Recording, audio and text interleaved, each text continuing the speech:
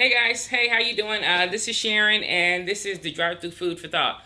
Not quite in a drive-through, but 30-day reset is over, and not really doing any drive-through food right now as much as I can help it. It's basketball season, so I have to kind of make sure to put the right things in my body.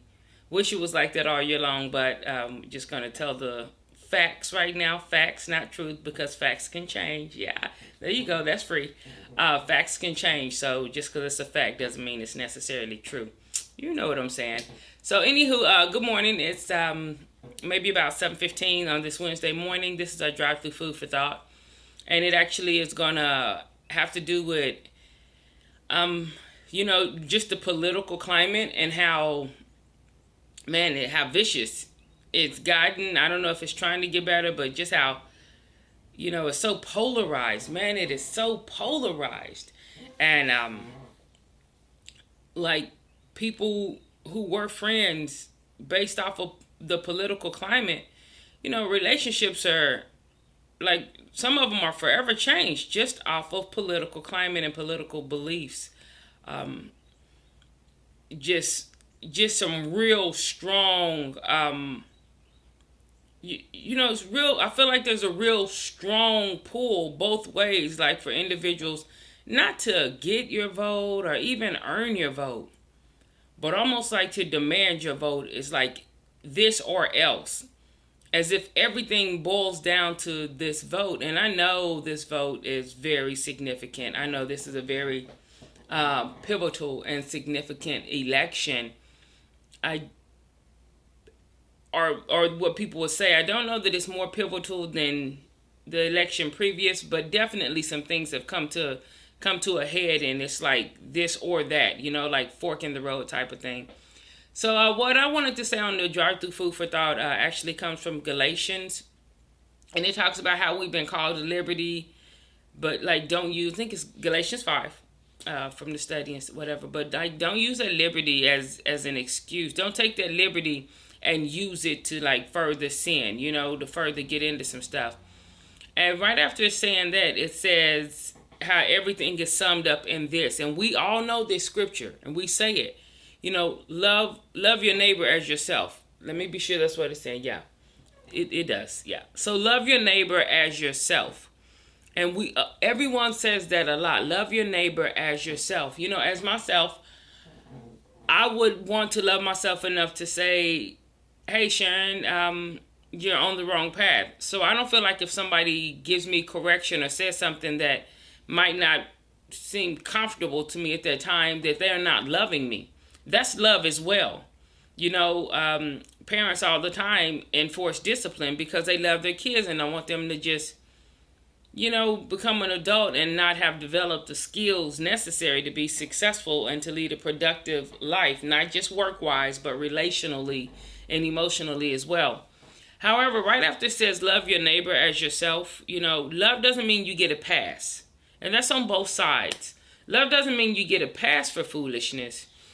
Love means somebody will mention your foolishness to you and love you through it. However, whatever that looks like, they still love you through it, but they'll tell you. But the very next thing, and that's the crunch of today, it says, but be careful when you bite and devour one another, lest you be devoured, so to speak. I'm from Oklahoma, a little country.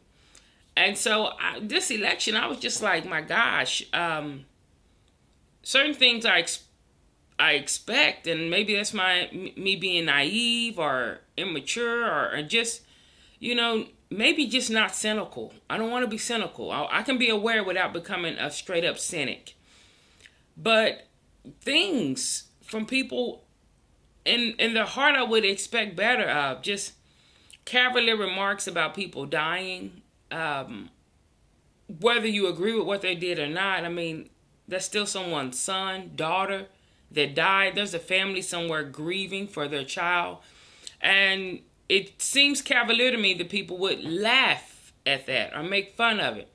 Also, it seems cavalier to me that people would go so far as to call people out of their name, like with cuss words, as far as Hillary and Clinton. Hillary Clinton and Donald Trump. I've seen some crazy memes just talking about the physical aspects of people, their parents, different things. I don't know Donald Trump's parents. I mean, just we have gotten so far gone trying to force somebody to vote a certain way. And, I just feel like the Bible is the Bible and God is not mocked. The word is the word and it stands on its own. And it says, if you bite and devour one another, beware, lest you be consumed by one another.